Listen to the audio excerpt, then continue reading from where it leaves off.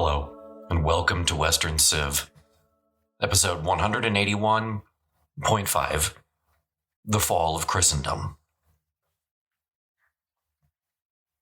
So I realized in making the episodes about the Reformation, I've begun talking about Europe and Christendom interchangeably. Moreover, I've also referenced the end of Christendom as a concept more than once without really ever explaining what I meant by that. So I'm going to kind of sneak this episode in to spend the next half hour or so talking about the decline of Christendom as an idea. What was it? When did Europeans stop using it? And what factors contributed to the decline of Christendom as a unifying idea? I've touched on a few of these concepts before, but I wanted to put them all together here in one unified episode. So first of all, what do we mean when we say Christendom? To begin with, we have to forget our contemporary understanding of Europe completely, or there's no way to wrap our minds around this. Remember, when most Europeans in the 14th century thought back to a unified Europe, they were thinking about Rome. And the borders of the old Roman Empire were different from what we think of as Europe today. Crucially, Rome would have included North Africa and much of the Near East, parts of the world that today we don't think of as part of Europe. And if we're looking to exclude, old Rome wouldn't have considered parts of Russia to be Europe. So Christendom itself, in a way, is more expansive than, maybe less expansive than Europe is today. But why not just call it New Rome or the Holy Roman Empire? Why Christendom? So that gets to the heart of the other mind shift we need to make when thinking about Europe in the Middle Ages. During the early Middle Ages, it's likely that most Europeans, and I'm including North Africa and the Near East here, would have identified as either Romans or with whatever Germanic tribe they were associated with. Only in the High Middle Ages did that begin to change, and we see Christendom take over. There are two key reasons for this shift. Number one, the triumph of Catholic orthodoxy in the West, and two, the sudden and dramatic rise of Islam. Prior to the High Middle Ages, and particularly the age of Charlemagne, there were many different types of Christianity in the West, Arianism being one of the strongest.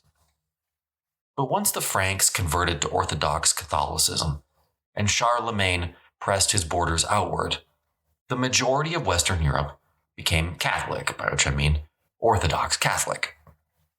Powerful popes in Rome, like Gregory the Great and much later Innocent IV, made sure that those who lived in domains that fell under the papal see were Orthodox.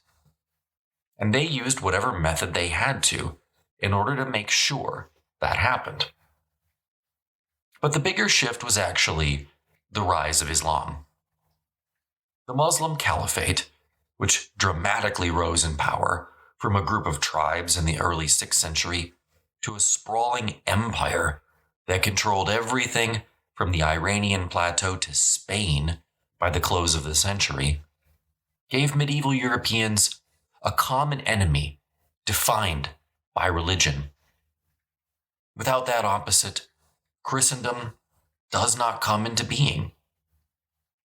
Hence, Christendom, this new Roman Empire, is defined by religious identity. Medieval Europeans defined their world in terms of religion. They thought of themselves as Christians first, and then, only after a few centuries, French and English. Frankly, between 800 and 1000 Common Era, People most likely defined themselves as Christians and then members of whatever kin group they belonged to. Nationalism just wasn't a thing yet. So when we think about Christendom, we need to remember that it was primarily a religious identity, and that its borders were not fixed to modern Europe. Certainly, the medieval citizens of Christendom saw it as their goal to expand Christendom at the expense of Islam. Hence, the Crusades. The notion of Christendom was so deeply ingrained in European thinking that it continued to be the dominant mode of self-identification through the 15th century. But almost as soon as the 16th century, that begins to change. Now look, there's no date, no one date for sure, by which I can say that Christendom as an idea is gone. Vasco da Gama, after all, conceived of his voyage to India as a sort of crusade. That being said, we can certainly say that by 1600, the idea of Christendom is, to 95%, gone. So my contention here in this episode is that Christendom suffers a relatively quick decline between 1492 and, frankly, say 1525. After then, the decline slows, but by the turn of the 17th century, it is all but gone. It would be a mistake, in my opinion, to refer to Europe as Christendom after 1600, nor have I ever seen any historians do so. So what led to the collapse of Christendom? Because that gets at the heart of the matter so that we can understand the decline a little bit better. There are a number of factors that I want to outline here. Some are more important than others, but all play some role in the transition of European thinking that takes place between 1492 and 1600. The first factor, though, begins a little bit before 1492. And I am, of course, talking about the Renaissance. The Renaissance had the power to build, destroy, and transform. It challenged European ways of thinking, most notably scholasticism and the dominant Aristotelian philosophy, so popular among European elites throughout the late Middle Ages. Humanism and humanist ideas challenged the notion of God's role in the world. Humanist scholars also discovered that philosophy had a historical context. Aristotle, after humanism, no longer was some kind of divine authority for wisdom. Universities now began teaching how he was one of many philosophers. There were Stoics, Epicureans, and many others. Aristotle himself had a complex lineage. He did not spring into being as the fount of all the world's knowledge. Knowledge, moreover, was no longer something to be derived from one individual. Rather, Europeans began to conceptualize that knowledge was collective. And this shattered the authority of the old way of teaching and learning. Plus, European discoveries in the New World showed that there was much more to the world and the universe than what Aristotle thought. And some of his ideas, well, they could now objectively be proven plain wrong. Crucially, Europeans could show all this by experience. Experiential discovery started to become important for the first time. Perhaps early modern Europeans began to believe you could learn more about the flora and fauna of the world by seeing it than reading Aristotle's thoughts on the subject. In tandem with these ideas, Copernicus and the heliocentric theory of the universe shattered Christian cosmology. Christendom worked only when the world was at the center of the universe, since, under its ideals, God created the world and man to be at the center. If the world became just another planet, none of these theories worked anymore. If the sun was at the center of the universe, then all these arcane natural theories expounded by Aristotle could be much more simply explained by reference to the natural cause of the Earth's rotation around the sun. A second, and this time major, contributing factor to the fall of Christendom was the Protestant Reformation, which we're now just inching towards in this show. The Pope was the head of Christendom, at least in theory. But to Martin Luther, the Pope was the Antichrist. The papacy, the quote-unquote scarlet whore of Babylon. To Luther, papal authority was human, not divine. And what's more, Protestant position remained. You didn't even need it. One was redeemed by faith, and faith alone.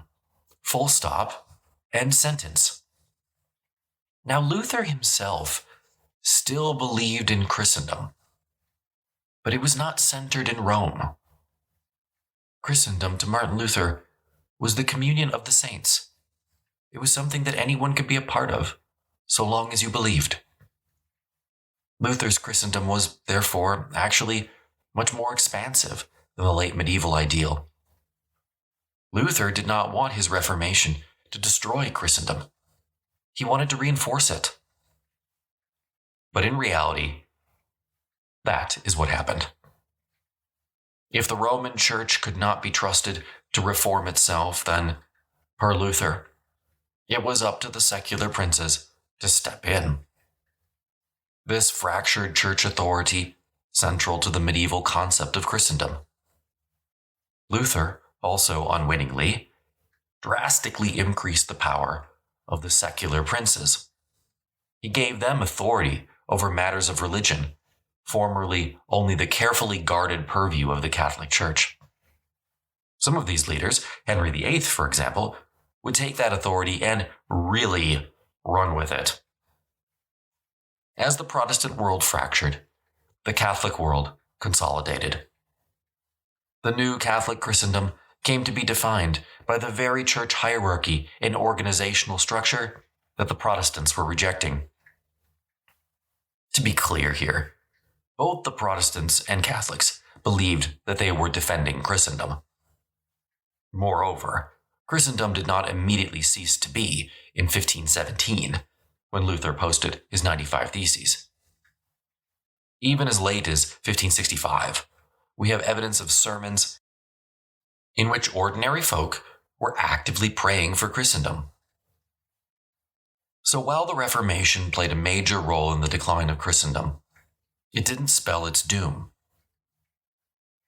Our next factor is really more than a symptom of the decline of Christendom than a cause, but it's still worth mentioning.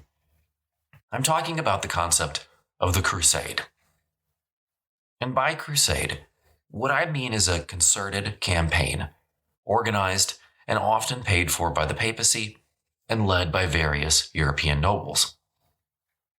Certainly, the renewed Ottoman threat in the 15th and 16th century should have given Christendom ample cause to raise a new crusade. The fall of Constantinople should have been much more of a cause for concern than that of Edessa, which sparked the Second Crusade. But apart from the Hungarians, few answered repeated papal calls to arms. Why? Well, two reasons. One is the decline of Christendom. Europe was too secular and too fractured politically to waste military resources defending, say, Venetian interests in the Aegean or Eastern Mediterranean, no matter how many times someone said it was their duty to do so as fellow Christians. 2. The emergence of holy war. Crusading was, by and large, replaced by the idea of holy war. So instead of a concerted campaign undertaken for a short period, Europe settled into a period of ongoing holy war with Islam. But this holy war worked differently in different places and at different times, and was almost never a combined military action. The Hungarians and later Austrians, fought the Ottomans alone. Charles V would famously fight the Ottomans. Vasco da Gama sailed around Africa in an effort to damage Muslim trade interests. But none of these were combined actions, and none were directed at Jerusalem. Hence, one of the most obvious signals that Christendom was in decline was the end of the crusading era. Even holy war would eventually fade and was replaced by a reluctant coexistence between the Muslim Ottomans and Christian Europe. Another factor/cause this time in the decline of Christendom was the de facto end of the Holy Roman Empire. Yes. I know Napoleon formally ended it. Since Charlemagne, the Holy Roman Empire operated as one of the twin pillars of Christendom. It was an enduring symbol of the connection between earthly and spiritual power. Even men like Rodrigo Borgia, future Pope Alexander VI, and Machiavelli dreamt of a Europe united in some way under a new Christian Roman Empire. But Charles V, who was crowned Holy Roman Emperor in 1530, proved to be the de facto end of the line. After his abdication in 1556, the empire shrank to become just another Habsburg possession. The fact that no one cared speaks volumes. If the emperor no longer protected Christendom, then who did? Power from the late 15th century onward lay with the myriad lay princes and secular rulers of Europe, who ruled based on their military strength. Sure, the state was more complex, but the kings of Europe ruled because they could fund the armies. End of story. The justification of ruling by the grace of God? Well, the execution of Charles I of England proved that particular theory false. From roughly 1550 until the end of the Napoleonic Wars, it becomes difficult to string together more than 5 years when all of Europe was at peace. We are entering a violent age. Moreover, all this conflict was, by and large, internal. Europeans fought Europeans. The Reconquista was over. Wealth from the New World fueled European war after war. And no one cared that everyone was Christian. Catholics fought Protestants. Heck, Catholics fought Catholics. Protestants fought Protestants. The primary question was no longer that of religion. It was of nationality. Especially in light of colonialism and overseas expansion. From the 16th century onward, people defined themselves by their nationality. The age of nationalism had begun to dawn. That is not to say that religion didn't matter. It very much did.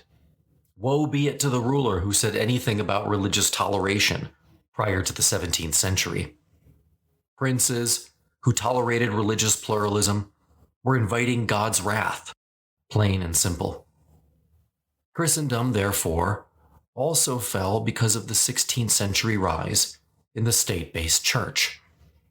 How could you have a united Christendom when France, England, and the German states were all following different religious authorities? Christendom was about a united Europe. But after 1517, that became increasingly an impossibility. In Catholic Europe, the relationship between church and state remained a partnership, and one in which neither side was truly satisfied. In general, however, this was an age whereby the state increased control over ecclesiastical affairs.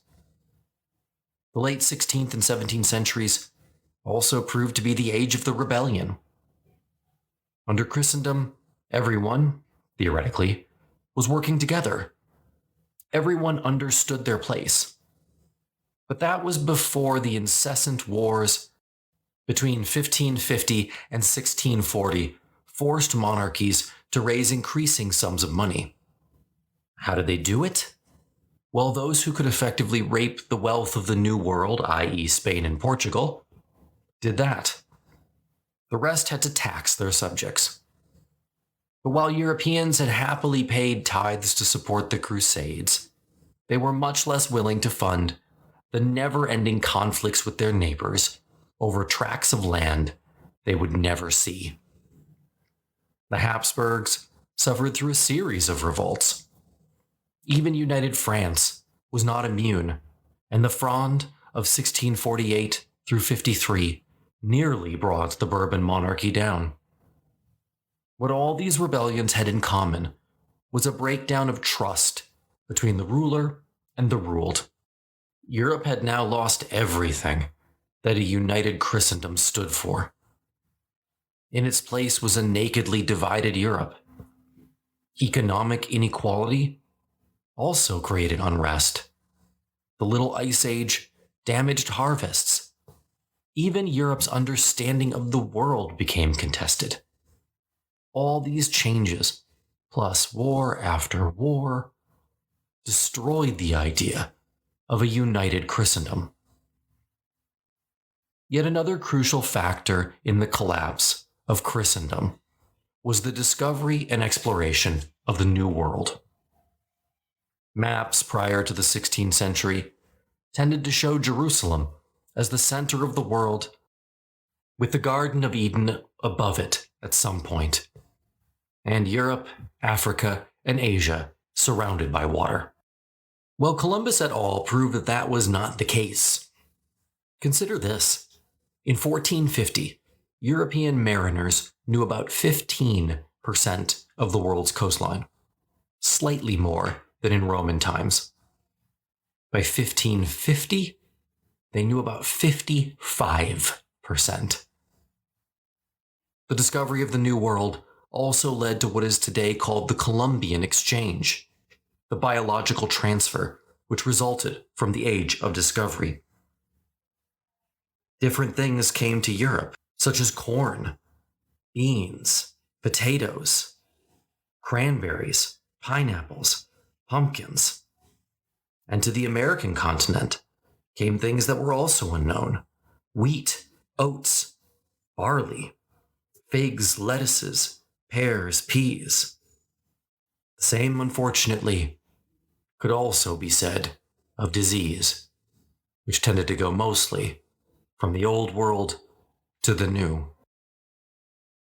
The Columbian Exchange fueled what became a capitalist economy. Emerging patterns of production changed Europe almost overnight. Consider this. By only 1620, up to 20,000 tons of sugar were being imported into Europe for consumption. Sugar had hardly existed in Europe prior to 1492. Another huge change was the influx of Chinese luxury goods.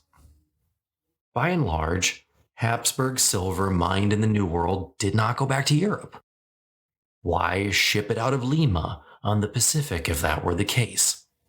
Rather, the silver went to China in exchange for luxury items.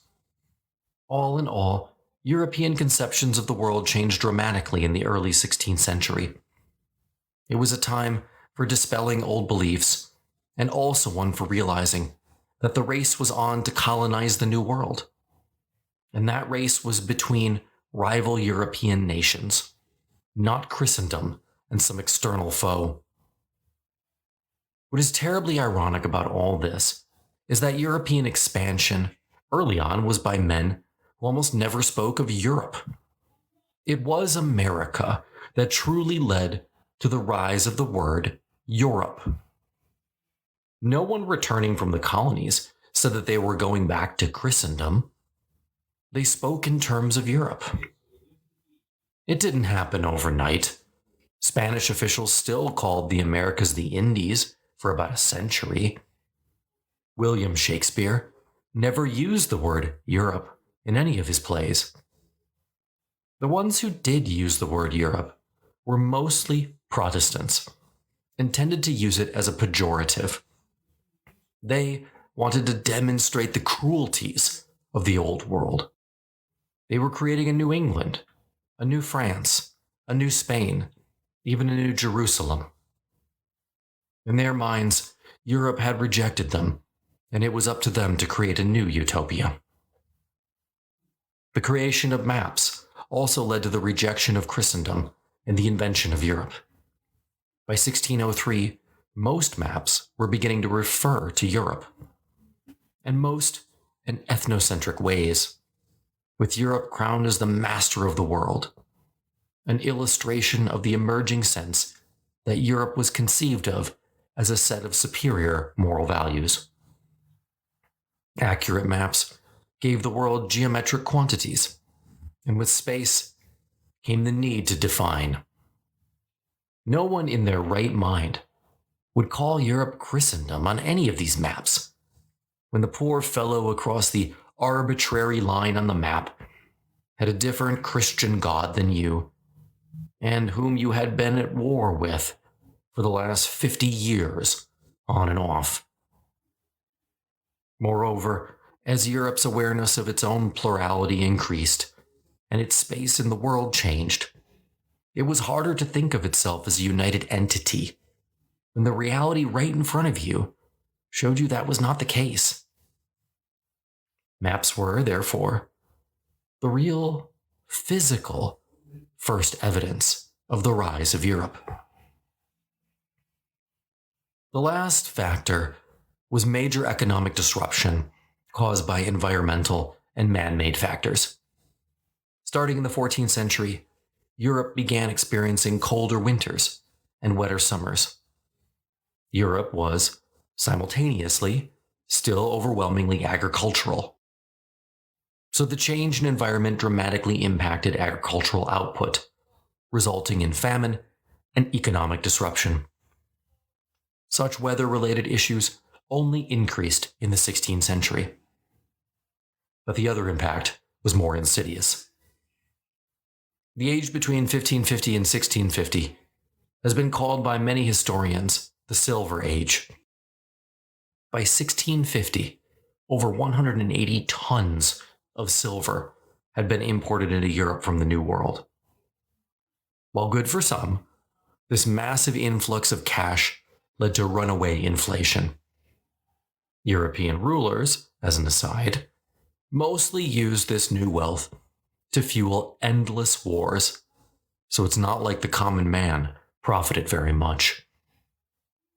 Inflation hurts those on a fixed income the most. Interestingly, that tended to, at first, injure the elites more, who received things like cash rents and fixed taxes.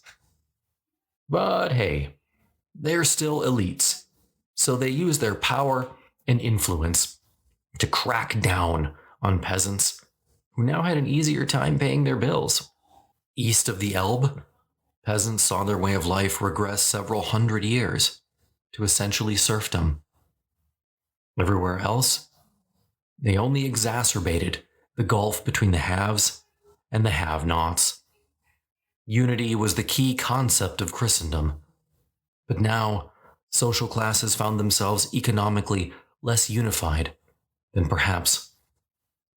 But now social classes found themselves economically less unified, more than perhaps any time since the height of the Roman Empire.